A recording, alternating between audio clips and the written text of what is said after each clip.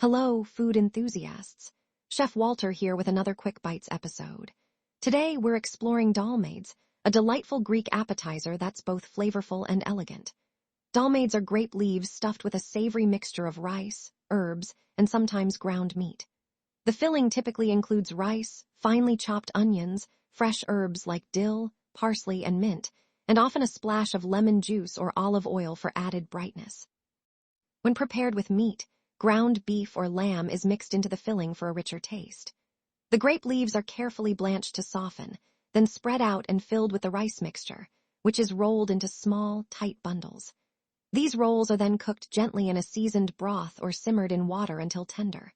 Once cooked, dolmades are served warm or at room temperature, often drizzled with lemon juice and garnished with fresh herbs. They are a popular appetizer or meze in Greek cuisine, perfect for sharing at gatherings or special occasions.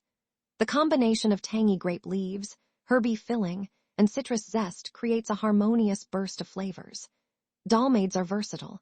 They can be vegetarian or include meat, and are often enjoyed with a side of tzatziki or yogurt. Their delicate flavor and beautiful presentation make them a favorite among both Greek locals and visitors.